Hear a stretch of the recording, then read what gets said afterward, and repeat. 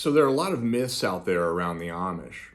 You'll hear things like Amish don't pay taxes, Amish food is all organic, or the Blue Gate myth, which is about an Amishman having a daughter that's eligible for marriage if he has a blue painted gate. There are a lot of these different kinds of myths. There are three particularly, I would say, crazy or head-scratching myths that I came across online. I want to share those myths with you today and a few of my own ideas of where these may be coming from. Or the first head-scratching Amish myth is Amish women get rid of their teeth before getting married because teeth is an expense to a future husband. So having no teeth is part of a woman's dowry in Amish culture. This is a myth I came across online. I think you'll see it out there in some places that this is something that Amish women would actually do before they get married to be more economical for their future husband. I guess the thinking goes. I think this may have come from or been amplified by the TV show Breaking Amish. One of the characters in the show, Rebecca, a young girl, Amish girl, wore a full set of dentures in that show. And so I believe people probably found that to be pretty shocking to see someone so young with a full set of dentures. The explanation that was given that was that Rebecca had had her rotten teeth pulled out one by one by an Amish dentist. And I'm putting that in quotes because there are no Amish dentists in the sense that there are no licensed practitioners of dentistry among the Amish. The Amish education stops at the 8th grade and they don't go on to university and so on. So there are no certified Amish dentists. However, there are some individuals in the Amish community that may make a living or have a side job of doing dental work for other Amish within the community. And this exists in gray area, various areas of legality. In some cases, Amish dentists may take a contribution for their services since they're not technically allowed to charge for what they do. So when you have this case of like this Rebecca from Breaking Amish, you can see how that may help create a myth that this is something, hey, the Amish do this, young Amish girls must do this as some kind of a weird wedding gift to their husbands. Not the case, but that noted, Amish dental care can vary. I would say that pulling teeth in Amish society would be more common than in non-Amish society. And I know of people that are fairly young that had dentures, at least partial dentures. Sometimes it might be seen as a more economical thing to do to just simply pull a rotten tooth than it is to repair it. So you will see this in some Amish communities where pulling teeth is definitely more common. That said, I've met young Amish people that have braces before, so that's kind of more like an English standard of care for teeth.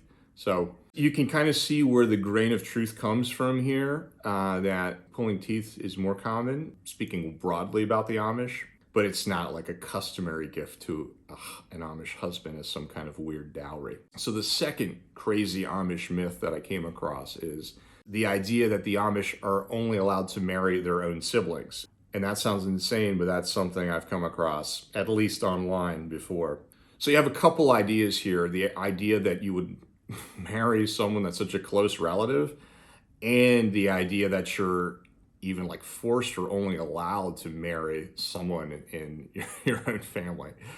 A little bit crazy, but where does this maybe come from? People don't know a whole lot about the Amish, and when we don't know a lot about something or some people, then we tend to create stories, and there's room to fill in the blanks there. The Amish are in some sense a closed community in that they don't have a lot of outsiders joining the faith. And to be married in the Amish church, you have to be a member of the Amish church. That makes it harder for outsiders to come in and to enter the community. So people in the Amish community tend to be connected if you go back far enough in their history. So you may have some people that are distantly related that end up getting married, but it's never going to be siblings or like first cousins or anything like that. But you can kind of see where people may have come up with this idea. The other element here is that the Amish would be forced to marry someone or pushed to marry someone in particular. I do get questions, are Amish marriages arranged? Someone just recently sent me an email asking about that. Amish marriages are not arranged. Amish freely choose who they want to date. Typically it's from within their youth group. This would be the group that they meet with every couple of weeks for a Sunday singing. In some communities, it's a volleyball game, there's a dinner. And Amish do date. You have a special friend before you get married, and that's the equivalent of like a girlfriend, boyfriend. So it's not like Amish parents are deciding you need to marry this person or that person. Now, do Amish parents, like other parents, non-Amish parents, have preferences of who their sons or daughters should marry? Well, of course, they probably have people in the community that they feel would be a good match, or that they're a very hardworking family, or there are different reasons why they may like someone else in the community as a potential match for their son or daughter. But it's just like non-Amish parents do, right? But it's not like they are saying, oh, you need to marry this person. So the Amish don't do arranged marriages. So that myth has got a couple of really kind of weird elements to it, and that's why it qualifies for my crazy Amish myths list. Finally, number 3. This myth is almost morbidly comical. I don't know if that's the right way to describe it. I found this somewhere online. I don't even remember if this was on a website or if this was sent to me in an email, but this is what someone wrote. They wrote that I took a tour of one of the Amish farm tourist traps just for fun. They touched on funeral customs, and we were told that the Amish only have 2 sizes of coffins. If a person didn't fit in one of those 2 sizes, they just chopped off body parts until the deceased fit. It seems logical, I guess. So I really don't know what to say to that. So I've never heard of anything of this kind. I was kind of racking my brain what they may have been talking about here. I don't know which tourist trap this person who shared this is referring to. Maybe it's a tour I'd like to go on. It actually sounds kind of entertaining if you hear stories like this one about the caskets. I've met an Amish casket maker before. I didn't think to ask about how he sizes his caskets for his customers, if we want to call them that.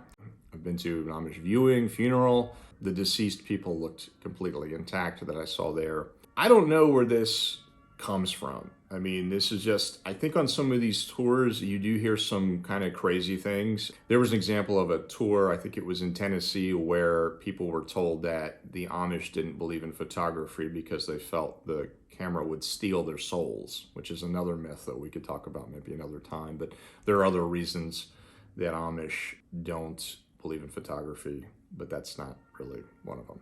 So I think you can hear some pretty interesting things on some of these tours, and we have to just thank that person for sharing what they found on whatever tour they were on.